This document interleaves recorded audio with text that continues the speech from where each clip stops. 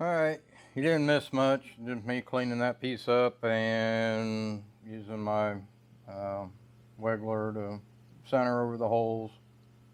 I laid the piece on and lightly marked, punched, used a 5/16 through the holes and marked them, and so you didn't miss much of anything.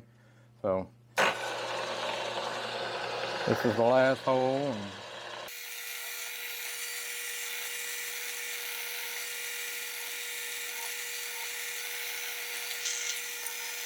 I'm going to let the air compressor build up and I'll bring you back. I'm going to do the test fit to see what I need to continue to cut out.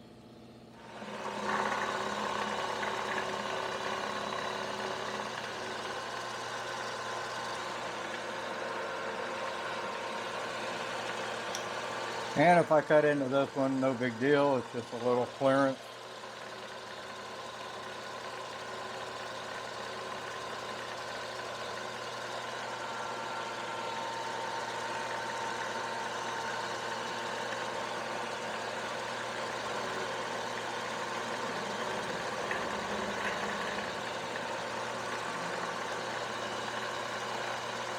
I'm just skimming across that one.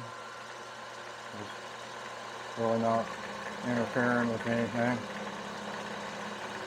It's not going to bother it.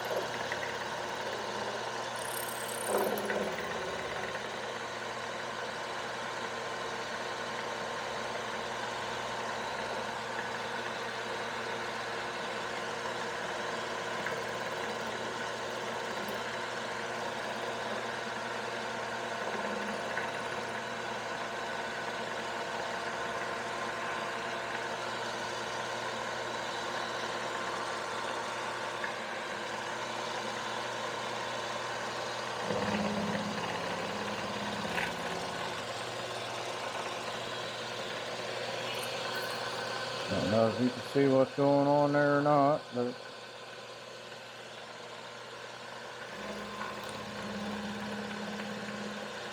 just trying to get rid of some of this.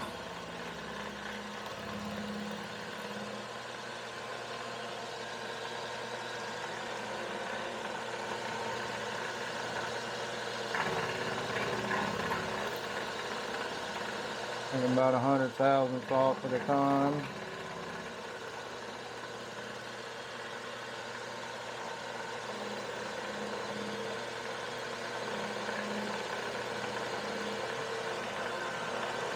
Just skimming it now to get down close to the round part, so I don't, not really paying attention how much I'm taking off. I just don't want to get into. That's probably good right there. There's no drawing or anything, just winging it type of thing. I mean, it's just what I do half the time. I mean, I didn't really want to show it because I know I'm just going to go after it and just, get it done.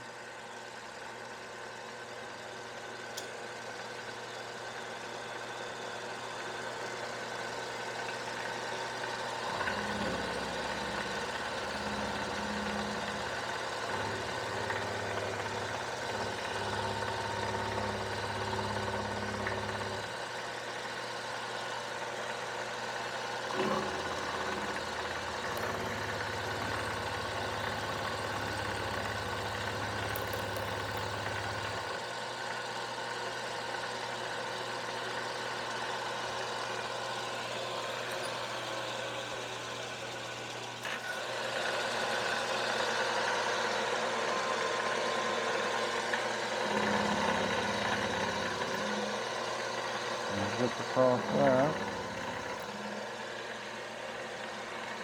Bring the table up just a little bit. I skim, but I'm still not touching that one. Yeah, it went. Took about another thousandth to touch it. And I'll just kind of clean those up with the, I'll get this pin pulled out, get it back in the vise, and cut that slot out some more. Okay, I got that back in and centered back up. I've already plunged down a little bit, not much, barely scraping it, but then I'm going to work across and then come back a little bit farther, and then I just want to get that part down a little, and then I'm going to go with a smaller end mill and square up this back once I cut it back a little bit.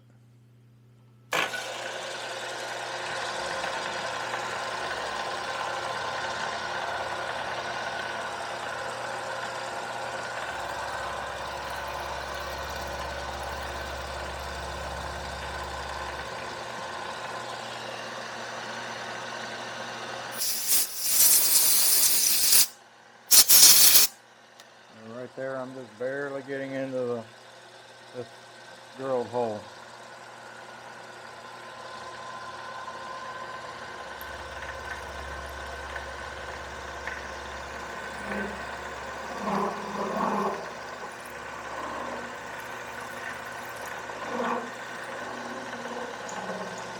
Now I just raise the knee a little.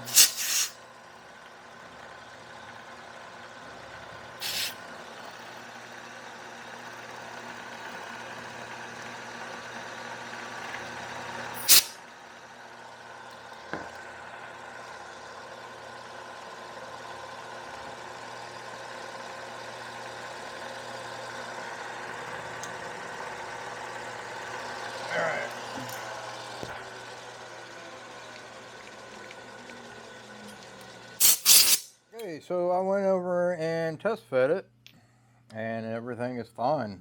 Now I just needed to go, that's all I needed to do was take it about another, I don't think I took it a 1/16 of an inch deeper, you know, so that, it fit. I put both pins in it, it works. So now I'm just going to clean up the edges like I did on the other one. I used this round over bit, and I'm going to go around all, I'll go around all these edges here just to round them all off. I'll just, yeah, you know what I'm going to do. So we'll get that done and get these together, and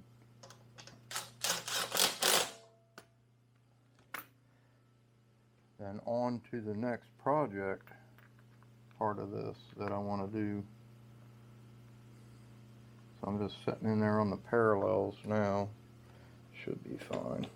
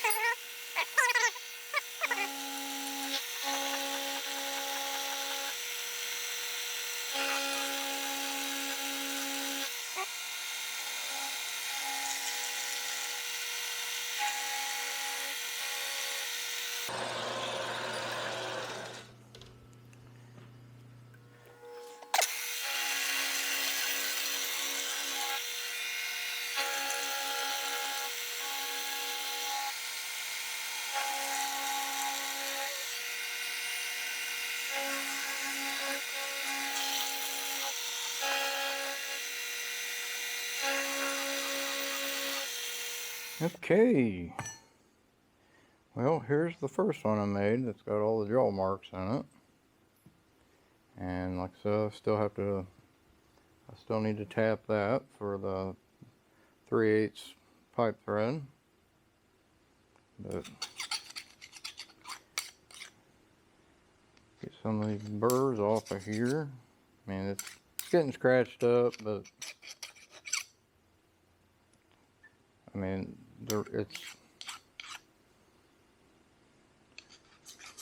it's for a hydraulic jack. I was trying to get just the burrs off of it. And, I mean, I think it looks pretty nice. That's where I stopped, and because the camera hit the quill and it cut in a little bit, but it is what it is. I still need to make these. Nothing there, nothing major there. It's a 7/16 pin with a little slot on it for one of these little locky jobby things, and then another piece of 5/16 rod with a little flat in it. Looks like it's probably barely 100 thousandths out of it. So I'll make those off camera, because putting it in is kind of a little bit of a pain. I mean, it is with both of them, because you got to line this thing up just right, like that.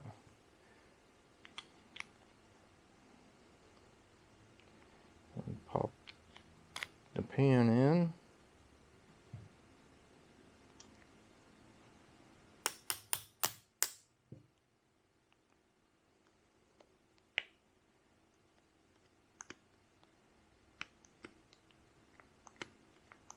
And it should work just fine. See, I had to make that slot up in there deeper, because at this angle it hits the other side of the pump. And right there, it's probably missing it. There's probably a gap in there about a good 1/8 of an inch, but right there is just barely not touching it. And then that's the reason for the flat on that pin there, just so it's held in there and it doesn't fall out.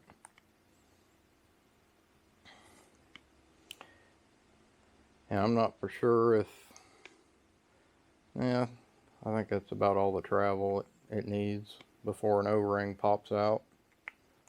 So it goes up against the stop down here, and I kind of went off the stroke of this one, and it's about the same. So I'll get these back together, and I want to do this just for, I want to do another project using these, or using one of them anyways. So one of them just going to be used just regular. I'll put it up and put it away, but then the other one I want to take, I got these manifolds that came with it, and you put like a pressure gauge in here, and these are both a little different but basically the same. Put pressure gauge here and run your hoses off, but I want to put 2 hoses on one. I want to install it. I think I got other fittings here somewhere, yeah. But I want to put it on like so. And then I want to run 2 lines. It'll actually be like that.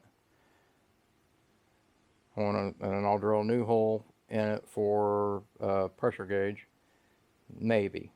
But I have 3 of these cylinders, and I want to run like a proportioning valve.